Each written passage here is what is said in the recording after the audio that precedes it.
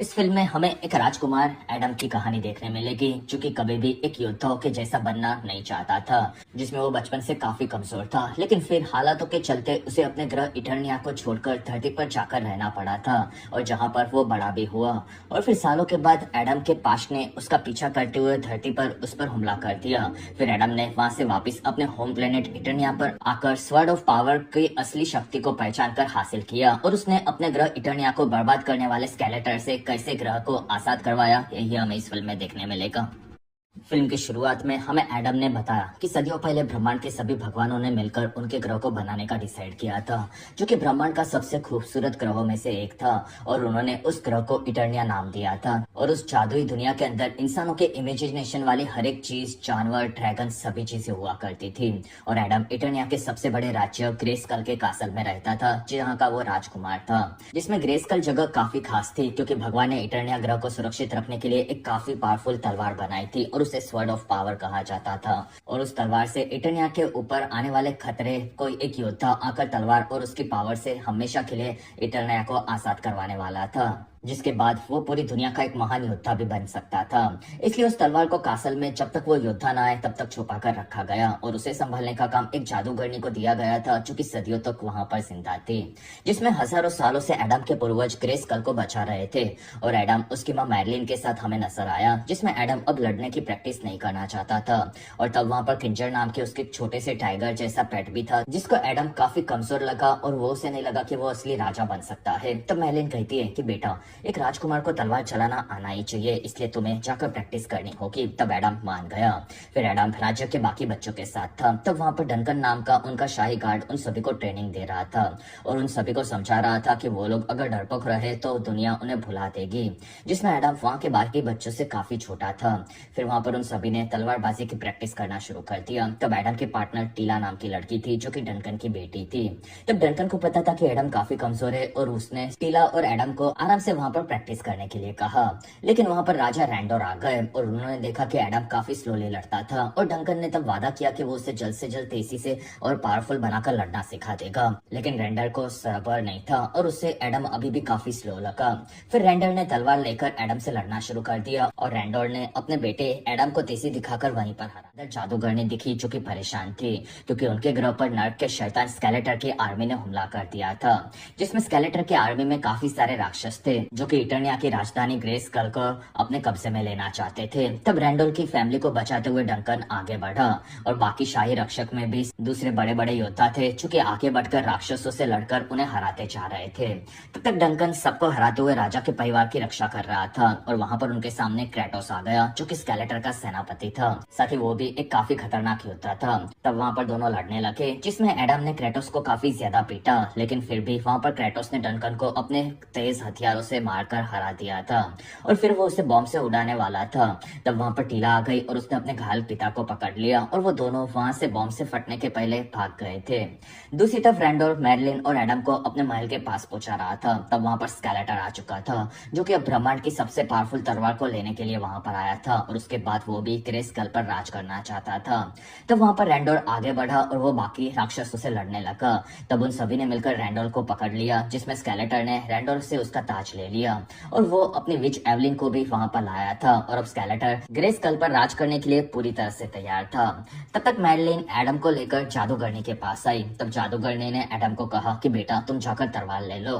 तब एडम ने आकर उस तलवार को ले लिया, और जादूगरनी ने वहां पर एक पोर्टल खोला और कहा कि इस तलवार को हमेशा अपने पास ही रखना, और यही तुम्हें यहाँ पर वापिस लाएगी। फिर उसने वहां पर स्केलेटर के आने पर एक शील्ड बनाकर उसे रोकना शुरू किया। तब एडम वहां से पोर्टल में चला गया, और तलवार के साथ वो पोर्टल में आगे बढ़ा। लेकिन उसने गलती से तलवार को गिरा दिया, जो कि धरती पर एक अलग जगह पर जाकर गिरी थी, और एडम वहां से धरती पर पानी में आकर गिरा। जिसमें एडम अपने पास्ट के बारे में धरती पर हाल ही में डैनी डेनियल्स नाम की उसकी डेट को ये कहानी बता रहा था। और 15 सालों में एडम काफी बड़ा हो चुका था, और डैनी उसे टिंडर पर मिली थी। तब डैनी ने उससे पूछा कि क्या तुम सच में दूसरे प्लेनेट से आए हो? तब एडम कहता है कि हाँ। तब डैनी कहती है कि मुझे थोड़ा काम है, और फिर डैनी वहां से निकल गई। तब एडम इस चीज के चलते दुखी हुआ। फिर एडम वहां से अपने घर पर आया। तब तब उसका रूम पार्टनर चैड भी समझ गया कि एडम ने उसके ग्रह इटर्निया की कहानी डेट पर सुनाई होगी, इसलिए हमेशा की तरह वो लड़की भी भाग गई होगी।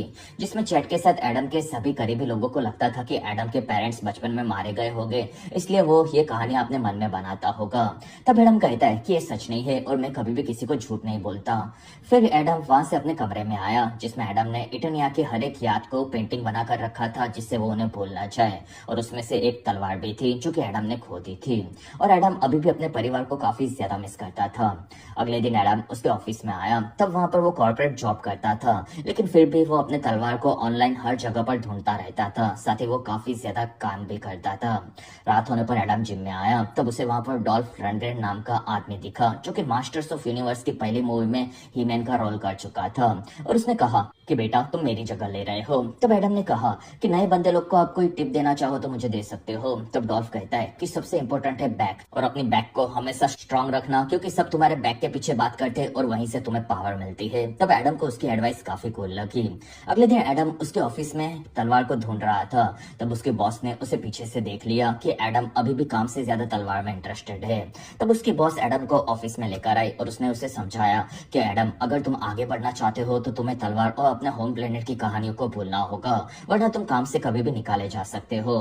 तब एडम के फोन में एक मैसेज आया कि तुम्हारी तलवार मुझे मिल चुकी है और अगर तुम्हें वो चाहिए तो मुझे पैसे देने होंगे। तब एडम ये पढ़कर खुश हुआ और वो वहां से निकला, जिसमें एडम वहां से एक डायरेक्ट कॉमिक बुक स्टोर में पहुंचा था। तब उस आदमी ने एडम से मिलकर उसकी तलवार दिखाई, जो कि एक काफी बड़े टॉय के ऊपर लटकी थी, और एडम ने देखा कि वो सच में उसी की तलवार थी। तब एडम ने आकर तलवार को उस टॉय से निकाल दिया। तब सभी लोग उसे चोर समझने लगे। तब एडम सबको कहता है कि फाइनली अब मुझे मेरी तलवार मिल चुकी है और अब मैं यहाँ से जाने वाला हूँ, और मुझे ग्रेस्केल की पावर से अब अपने घर पर तलवार पहुंचा दो। तब वहां पर तलवार से कुछ नहीं हुआ था और एडम अभी भी वहीं पर था। तब एडम समझ गया कि वो तलवार को यूज करना अभी भी नहीं सीखा। तब गार्ड्स उसे पकड़ने के लिए आए और एडम वहां से भाग रहा था। तब ऑफिसर्स ने उसे अरेस्ट कर लिया था, क्योंकि उसने तलवार को चुराने की कोशिश की, और वो एडम को लेकर पुलिस स्टेशन जा रहे थे। लेकिन रास्ते में सभी लोग दूसरी तरफ भागने लगे और एडम को वहां पर बीस्ट दिखा, जो कि स्केलेटर का पालतू जानवर था, और उसने भी एडम को देख लिया और तब वो एडम को मारने के लिए आया। लेकिन तब तक एडम तलवार लेकर कार से भाग रहा था और तब बीस्ट उसके पास आकर एडम से लड़ने लगा। तब बीस्ट के ऊपर एक लड़की ने आकर हमला कर दिया और वो उससे लड़कर उसे नीचे फेंक चुकी थी, जिसमें वो लड़की आकर एडम से मिली और वो उसे जानती थी। तब एडम ने पूछा कि तुम कौन हो। तब उस लड़की ने बताया कि वो टीला है। तब एडम उसे देखकर चौंक गया, क्योंकि टीला अब काफी बड़ी और हॉट हो चुकी थी। तब बीस्ट आकर टीला पर फिर से हमला करने लगा। तब टीला ने उसे पटक कर दूर फेंका और फिर वो एडम को लेकर वहां से भागने लगी। तब एडम ने पूछा कि तुम लोग यहाँ पर कैसे आए। तब टीला ने बताया कि तुमने जब तलवार को लिया तब ग्रेस्केल में हम लोगों को तुम्हारे कनेक्शन के फील होने पर हम लोग यहाँ पर तुम्हें ढूंढकर आ चुके थे। तब एडम ने बताया कि उसने तलवार को 15 सालों से खो दिया था। तब टीला इसी वजह से परेशान थी, क्योंकि 15 सालों से उन लोगों के पास कोई उम्मीद नहीं थी। फिर वो लोग वहां से टीला के शिप के पास पहुंचे और बीस्ट वहां पर आकर शिप को पकड़ चुका था। तब टीला ने शिप को बंद कर दिया और बीस्ट वहां से नीचे गिर पड़ा। तब एडम और टीला दोनों शिप में आगे बढ़े और वो लोग ग्रेस्केल जाने के लिए निकल गए। तब रास्ते में एडम काफी ज्यादा खुश था, क्योंकि टीला उसे बचाने के लिए आई थी। तब टीला ने बताया कि एडम, ग्रेस्केल की हालत काफी ज्यादा खराब है और हम सभी लोग अब बर्बाद हो चुके हैं, जिसमें तुम्हारे पेरेंट्स को भी स्केलेटर ने कैद करके रखा होगा। तब एडम अपने पेरेंट्स को याद करके दुखी हुआ, जिसमें वो लोग इटर्निया पर पोर्टल से आ चुके थे और वो ग्रह पूरा अब पहले से काफी ज्यादा बर्बाद हो चुका था, जिसमें स्केलेटर ने पूरे इटर्निया को अपने कब्जे में लेकर काफी ज्यादा बर्बाद करना जारी रखा था। दूसरी तरफ बीस्ट स्केलेटर के पास आया। तब स्केलेटर भड़का हुआ था, क्योंकि बीस्ट स्वॉर्ड को वापस नहीं लाया था, जिसके बारे में सालों के बाद उन्हें कुछ पता चला था। तब बीस्ट ने बताया कि वो तलवार एक लड़की के पास थी और यहाँ की एक लड़की ने आकर उसे बचा लिया और वो उसे इटर्निया पर लेकर आई। तब एवलिन ने कहा कि अगर वो लोग इटर्निया पर आए हैं तो हमारे लोग उन्हें कहीं से भी ढूंढ लेंगे। तब स्केलेटर ने एवलिन को पकड़ लिया और कहा कि यहाँ के लोग मुझे पावरफुल होने के बावजूद अपना मसीहा नहीं मानते, और अगर मेरे पास वो तलवार और उसकी पावर होगी तो यहाँ के लोग मुझे अपना भगवान मानेंगे, इसलिए मुझे कैसे भी वो तलवार चाहिए। तब वहाँ पर एवलिन ने वो तलवार लाकर देने का वादा किया। दूसरी तरफ एडम और टीला दोनों उनके शिप में से एक खुफिया जगह पर जा रहे थे, जो कि वहाँ की जमीन के नीचे थी, और वहाँ पर ग्रेस्केल की आर्मी और सभी योद्धा छुप कर रहते थे, जिसमें टीला उन सभी को एडम से मिलवाना चाहती थी। तब वहाँ पर कोई भी एडम को नहीं जानता था, लेकिन तब वहाँ पर स्केलेटर के एक राक्षस ने एडम और टीला को तलवार के साथ देख लिया था। फिर वहाँ से आकर वो लोग बाकी योद्धाओं से मिले। तब वहाँ पर टीला ने बताया कि मैंने स्वर्ड ऑफ पावर और हमारे राजकुमार एडम को ढूंढ लिया। तब योद्धाओं ने एडम को देखा और उन्हें वो काफी कमजोर आदमी लगा। तब एडम वहाँ पर उन्हें देखकर इमोशनल होकर रोने लगा। तब योद्धा कहता है कि ये राजा का बेटा नहीं हो सकता। तब एडम ने उसका आधार कार्ड दिखाया और एडम कहता है कि मैं बचपन से तुम्हारा फैन रहा हूँ, जिसमें तुम लोगों ने मेरे पिता के साथ ट्रेनिंग कर दी थी, ये सब मैंने अपनी आंखों से देखा था। तब वहाँ पर बाकी योद्धा भी आ गए और एडम उन सभी के गलत नाम बताने लगा, जैसा वो बचपन में उनके नामों को अपने हिसाब से याद रखता था। तब उन योद्धाओं को एडम किसी भी काम का नहीं लगा और उन्होंने तलवार को लेकर एडम को टीला के साथ में जेल भेज दिया। तब एडम वहाँ पर कैद होने से काफी दुखी था। तब टीला एडम की बातों से नाराज थी क्योंकि वो काफी कमजोर लोगों की तरह बात कर रहा था। और तब वहाँ पर एडम को एक बेवड़ा दिखा, साथ ही वहाँ पर रोबोटो नाम का एक रोबोट भी थी। तब एडम उसे जानता था क्योंकि उन लोगों ने वो स्पेशल वॉरियर रोबोट्स बनाए थे जो कि किसी से भी लड़ सकते थे। तब वहाँ पर टीला ने बताया कि इस रोबोट ने अपने लोगों पर हमला कर दिया था, इसलिए उसके अंदर के योद्धा को निकालकर हमने उसे काम करने वाले रोबोट्स बनाकर काम में लगा दिया। लेकिन एडम बचपन से उन रोबोट्स का काफी बड़ा फैन था, ये वो उन्हें बताने लगा। तब तक बाकी योद्धा ने चेक किया कि उनके पास जो स्वर्ड ऑफ पावर आई थी वो असली थी। तब वो खुश हुए, लेकिन वहीं पर उनके अड्डे पर स्केलेटर की आर्मी ने हमला कर दिया था। तब एडम के साथ टीला को भी ये चीज अंदर पता चली। तब एडम ने रोबोट की मदद वहाँ से बाहर निकलने में मांगी, साथ ही उसे याद दिलाया कि उन लोगों को लड़ने के लिए बनाया गया था। तब रोबोटो खुश हो गई और उसने वहाँ पर जाकर मेन दरवाजे को तोड़ दिया और वो आगे बढ़कर अब लड़ना चाहती थी। तब एडम और टीला मान गए और टीला उस बेवड़े को अपने साथ लेकर जाना चाहती थी और उसने बताया कि वो उसके पिता है।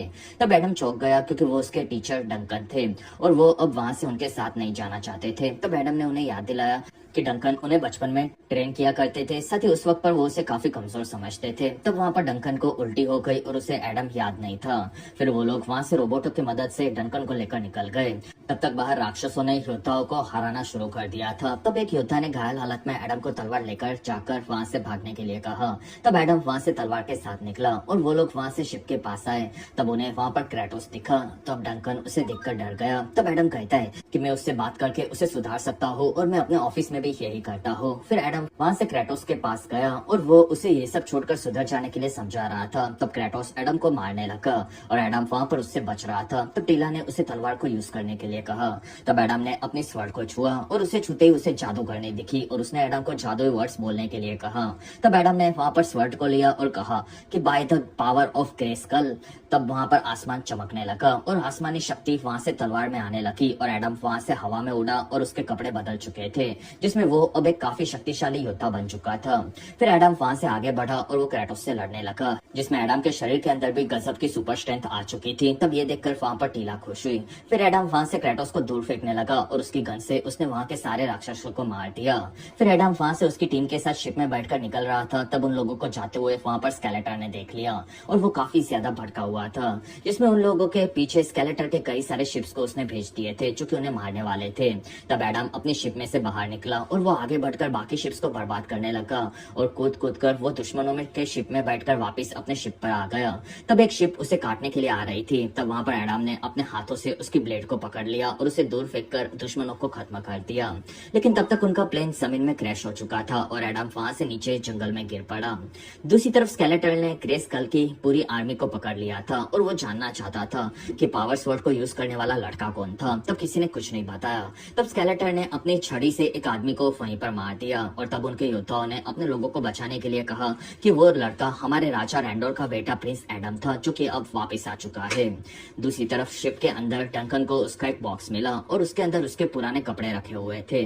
तब तक एडम पास में उठा और तब उसे वहाँ पर तलवार के साथ एक पंछी दिखा और वो पंछी कहता है कि तुम इटनिया के मसीहा हो और तुम्हें ही अब यहाँ पर शांति लानी होगी। तब एडम ने पूछा कि क्या तुम जादूगरनी हो। तब वहाँ पर टीला आ गई और वो पंछी वहाँ से निकल गया।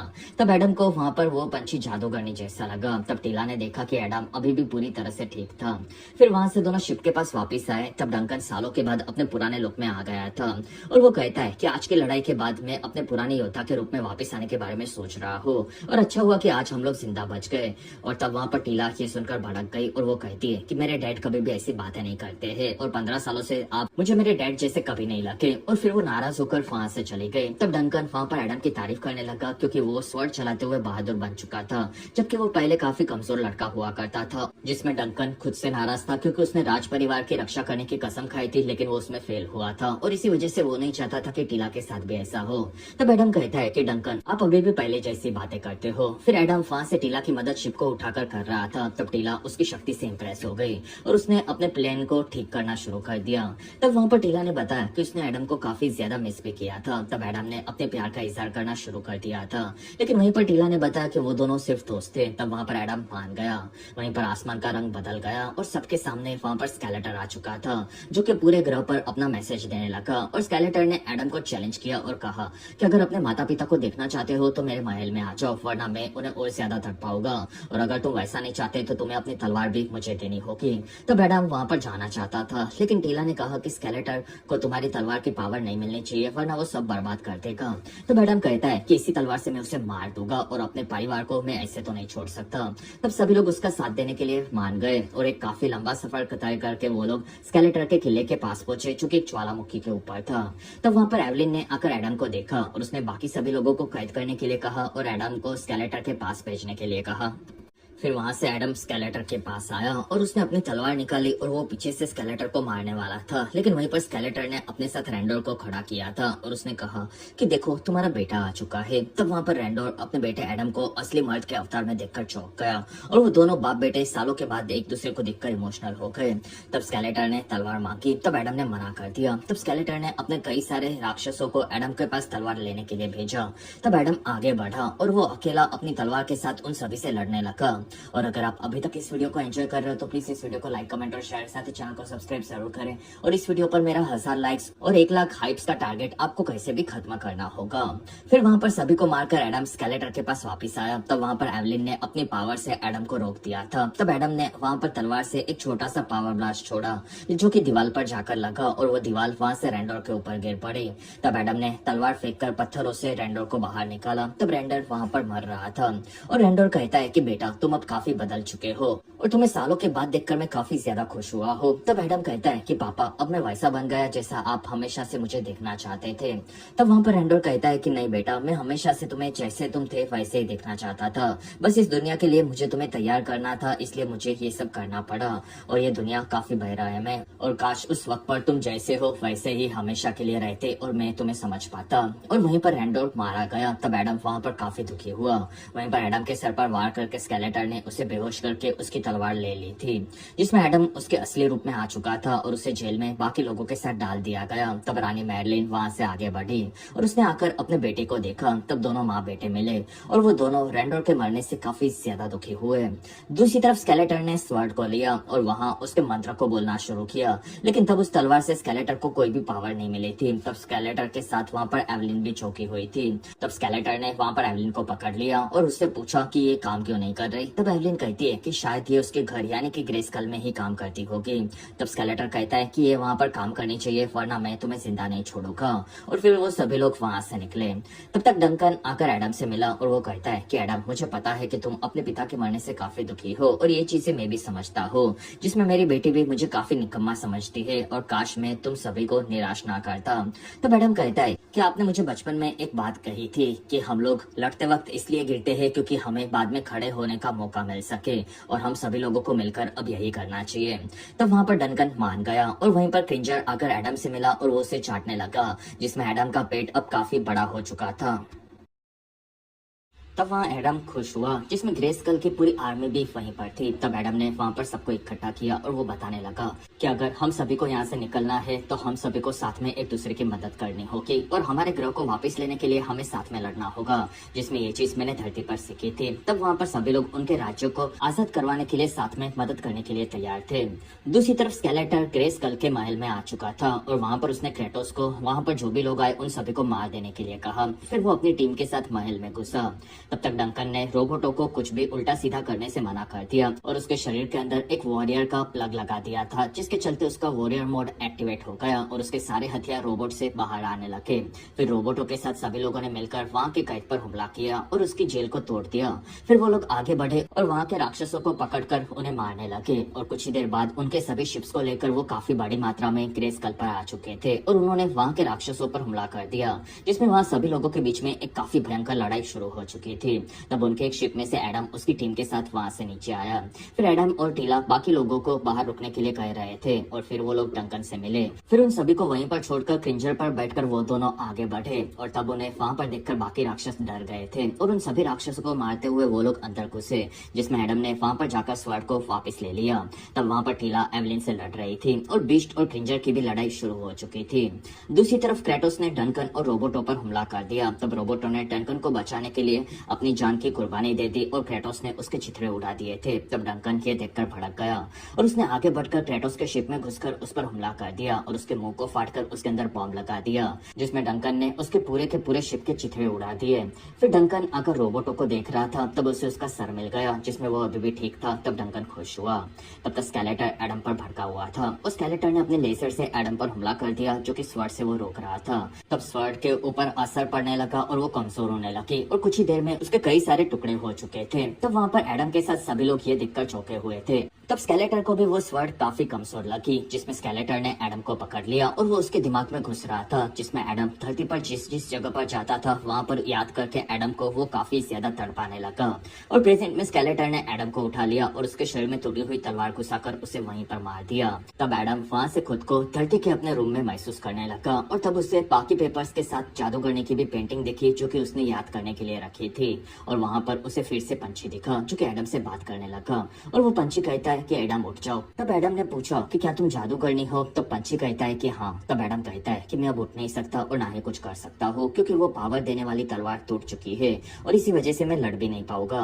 तब वहाँ पर जादूगरनी कहती है कि वो तलवार से तुम्हें पावर नहीं मिलती थी, बल्कि तुम्हारे मंत्र से तुम्हें पता होना चाहिए कि असली पावर तुम्हें ग्रेस्कल से मिलती है और तलवार बस सिर्फ एक जरिया है, बाकी असली पावर तुम में है और मैंने इसी वजह से तुम्हें चुना था। और तलवार से पहले योद्धाओं को पावर मिली थी, लेकिन तुम्हारे चलते ही तलवार और ज्यादा पावरफुल हुई है। और तब जाकर मुझे भी समझा कि तुम ही ग्रेस्कल को बचाने वाले योद्धा हो, जिसके बारे में भविष्यवाणी हुई थी। तब एडम ने अंदर की अपनी पावर को समझना शुरू किया। फिर एडम वहाँ से वापस ग्रेस्कल में जिंदा हो चुका था और एडम ने अपने शरीर से तलवार को निकाला और उसने अपने अंदर के भरोसे के चलते तलवार को वहाँ पर फिर से ठीक कर दिया था। और ठीक होने पर एडम ने मंत्र बोला और वो बदल कर अब हीबेन बन चुका था। और फिर एडम और स्केलेटर वहाँ पर लड़ने लगे, जिसमें स्केलेटर काफी ज्यादा तेज था, लेकिन अब एडम को उसकी पावर समझ में आ चुकी थी और उसे तलवार की भी कोई खास जरूरत नहीं थी, जिसमें एडम ने स्केलेटर को पकड़ कर उसके पावर पंचेस मारना शुरू कर दिया था। और फिर उसने स्केलेटर को काफी ज्यादा पीटा। फिर एडम ने उसकी छड़ी को पकड़कर वहीं पर उसके टुकड़े कर दिए, जिसके चलते स्केलेटर के सभी राक्षस गायब हो चुके थे और स्केलेटर अब सिर्फ एक खोपड़ी बनकर रह गया था। तब वहाँ पर टीला ने आकर एडम को उठाया। फिर वहाँ पर उन्हें डंकन के साथ बाकी टीम भी मिल रही थी। तब वो लोग काफी खुश हुए। 2 महीनों के बाद ग्रेस्कल की पूरी प्रजा वापस उनके महल में आ चुकी थी और अब मैरलिन पूरे राज्य की सबसे बड़ी रानी बनकर पूरे राज्य को संभालती थी। फिर हमें रोबोटो फिर से नजर आया, जिसमें डंकन ने उसे नया शरीर दिया था और इसी वजह से वो उनके राज्य के बाकी योद्धाओं के साथ काफी ज्यादा खुश थे। तब वहाँ पर डंकन और एडम भी खुश हुए, जिसमें एडम को सबका नया नाम रखना काफी पसंद था। तब टीला ने पूछा कि तुमने खुद के लिए क्या नाम सोचा है? तब एडम कहता है कि मैंने खुद के लिए हीमैन नाम सोचा है, जिसमें वो नाम सबको काफी अजीब लगा। और वहाँ पर एडम चैड को भी धरती से ट्रांसपोर्ट करके लाया था। तब चैड चौंका हुआ था, क्योंकि एडम की सभी कहानी असली थी, ये उसे मानना पड़ा था। तब वहाँ पर रोबोटो ने पास के एक राज्य में होने वाले खतरे के बारे में बताया। तब एडम और क्रिंजर वहाँ से आगे बढ़े, जिसमें वो दोनों अपने रूप को बदलकर हीमैन बनकर वहाँ से खतरे को रोकने के लिए जा रहे थे। और इसी के साथ ये बेहतरीन फिल्म सेकंड पार्ट का संदेशा देकर यहीं पर खत्म हुई। तो आपको ये फिल्म कैसी लगी ये आप कमेंट सेक्शन में जरूर बताएं। बाकी ऐसी नई और बेस्ट फिल्मों को देखते रहने के लिए आपको हमारे इस चैनल को जरूर सब्सक्राइब करना होगा।